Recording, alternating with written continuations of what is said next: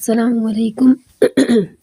हम जो topic discuss कर रहे थे वो हमारे पास सेल स्पेशलाइजेशन, जिसमें हमने 3 एग्ज़ाम्पल्स को डिस्कस कर लिया था। जिसमें हमारे पास थी एक मेसोफिल सेल, एक एपिडर्मल सेल और एक था हमारे पास मसल सेल। अब जो 4th एग्ज़ाम्पल है वो हमारे पास न्यूरॉन है, ठीक है। न्यूरॉन जो है ये हमारे स्पेशलाइज्ड सेल्स होते हैं नर्वस सिस्टम के, और नर्वस सिस्टम हमारी बॉडी में ऐसा सिस्टम होता है जो मैसेज को बॉडी में एक जगह से दूसरी जगह ट्रांसपोर्ट करवाता है। जो हमारी बॉडी जिसके रिजल्ट में फंक्शन परफॉर्म करती है डिफरेंट, तो वो नर्वस सिस्टम होता है जिसके ज़रिए मैसेजेस ब्रेन तक और ब्रेन से पूरी बॉडी तक जो है वो ट्रांसपोर्ट किए जाते हैं। और ये नर्वस सिस्टम न्यूरॉन से मिलके बनता है। ये न्यूरॉन स्पेशलाइज्ड सेल्स होते हैं नर्वस सिस्टम के। तो इन नर्वस सिस्टम का में जो नर्व सेल, इनका यही फंक्शन होता है कि मैसेज को ट्रांसमिट करवाते हैं पूरी बॉडी के अंदर। फिर हम स्ट्रक्चर की बात करें, टू परफॉर्म दिस फंक्शन, यानी इस फंक्शन को परफॉर्म करने के लिए, यानी मैसेज को बॉडी के एक पार्ट से दूसरे पार्ट में ट्रांसपोर्ट करने के लिए इनका जो स्ट्रक्चर होता है वो यूनिक होता है। स्पेसिफिक इसका इनका स्ट्रक्चर होता है, जिसमें अगर हम बात करें पहले डेंड्रॉइड्स आ जाते हैं और एक्सोन आ जाते हैं। डेंड्रॉइड्स और एक्सोन जो होते हैं ये साइटोप्लाज्म के बड़े हुए हिस्से होते हैं, इनकी एक्सटेंशंस होती हैं जो मैसेज को बॉडी के एक पार्ट से दूसरे पार्ट में ट्रांसपोर्ट करती हैं। मैसेज को सेंड कर रही है एक जगह से दूसरी जगह। जो डेंड्रॉइड्स होती हैं वो मैसेज को लेके जा रही होती हैं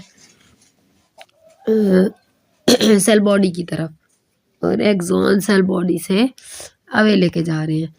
अगर हम बात करें ये न्यूरॉन के स्ट्रक्चर की, तो जो ये वाला स्ट्रक्चर ना, ये डेंड्रॉइड्स है। ये मैसेज को यहाँ सेल बॉडी, ये सेल बॉडी है, तो ये मैसेज को किसकी तरफ लेके जा रहे हैं, सेल बॉडी की तरफ। और ये पूरा स्ट्रक्चर एक्सोन को होता है जो मैसेज को सेल बॉडी से लेकर यहाँ दूर लेके जा रहा है सेल बॉडी से। इसको हम क्या बोलते हैं, एक्सोन बोलते हैं। यहाँ डेफिनेशन में भी लिखा हुआ है कि ये शॉर्टर एक्सटेंशंस होती हैं। ये देखो ये छोटी छोटी हैं, जो डेंड्रॉइड्स है छोटी छोटी है, लेकिन एक्सोन देखो कितना बड़ा है। एक डिफरेंस ये हो जाता है। दूसरा, जो डेंड्रॉइड्स है वो मैसेज को सेल बॉडी की तरफ लेके आती हैं, और एक्सोन मैसेज को सेल बॉडी से दूर लेके जाते हैं।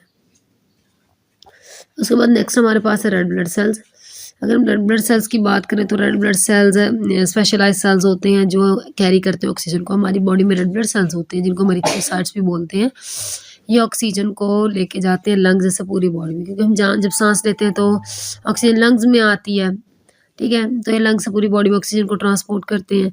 अगर हम इनके स्ट्रक्चर की बात करें, बाइकनकेव स्ट्रक्चर होता है इनका, और इनका सरफेस एरिया ज़्यादा होता है।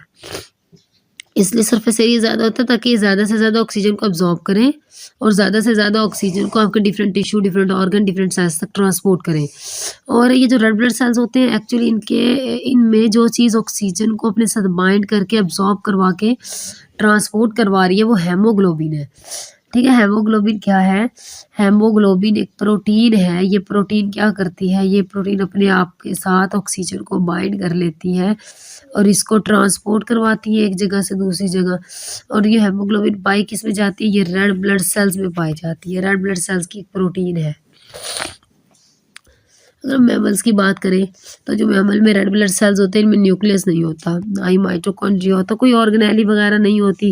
क्योंकि अगर ये आपका कोई सेल होगा, इसमें न्यूक्लियस होगा, वैक्यूल होगा, माइटोकॉन्ड्रिया, डिफरेंट ऑर्गन सारी जगह वही फिल कर लेंगे, तो हेमोग्लोबिन के लिए जगह ही नहीं होगी। हेमोग्लोबिन के लिए थोड़ी सी जगह होगी, तो जितनी थोड़ी जगह हेमोग्लोबिन के लिए होगी उतनी थोड़ी ऑक्सीजन हेमोग्लोबिन के साथ बाइंड होगी, क्योंकि हेमोग्लोबिन ही ऑक्सीजन को क्या करता है, बाइंड करता है, ठीक है। तो इसलिए ये सारी ऑर्गेनेलीज मैच्योर में और मैमल्स में नहीं होती, क्योंकि न्यूक्लियस वगैरह सारा कुछ ख़त्म हो जाता है इस वजह से, ताकि ज़्यादा से ज़्यादा हेमोग्लोबिन को अंदर जो है एब्जॉर्ब करवाया जाए। जितनी ज़्यादा हेमोग्लोबिन एब्जॉर्ब होगी उतनी ही ज़्यादा हेमोग्लोबिन को आगे ट्रांसपोर्ट करवाया जाएगा।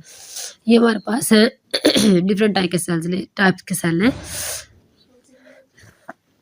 जिनमें जो रेड ब्लड सेल्स हैं ये आपको रेड कलर के दिखाई दे रहे हैं, क्योंकि ये हेमोग्लोबिन जो है वो जितनी ज़्यादा ऑक्सीजन को एब्जॉर्ब करता है उसी बेस पे जो है ना रेड ब्लड सेल्स का सेल होता है, कलर होता है। अब ये हेमोग्लोबिन है, ये डार्क रेड दिखाई गई है। उसके बाद लास्ट हमारे पास स्पेशलाइजेशन की एग्जांपल में हमारे पास है लीवर सेल, जिसको हम हिपैटोसाइट्स भी बोलते हैं। लीवर के सेल को हम हिपैटोसाइट्स बोलते हैं। अगर हम लीवर के फंक्शन के बारे में डिस्कस करें तो ये क्या करते हैं, they are specialise for lot of function, ये बहुत ज़्यादा फंक्शन परफॉर्म करते हैं। जिस तरह ग्लाइकोजिन को स्टोर करता है, जब आपकी बॉडी के अंदर ये हमने ऐसी डाइट इनटेक की है जब जिसमें ग्लूकोज ज़्यादा थी, तो जो एक्स्ट्रा ग्लूकोज थी उसको लीवर के अंदर स्टोर कर दिया जाएगा ग्लाइकोजिन की फॉर्म में। ग्लाइकोजिन स्टोर फॉर्म है ग्लूकोज की, और ये एनिमल के अंदर स्टोर फॉर्म होती है कार्बोहाइड्रेट या ग्लूकोज की। इसके अलावा आयरन को स्टोर किया जाता है, कुछ विटामिन वगैरह को भी।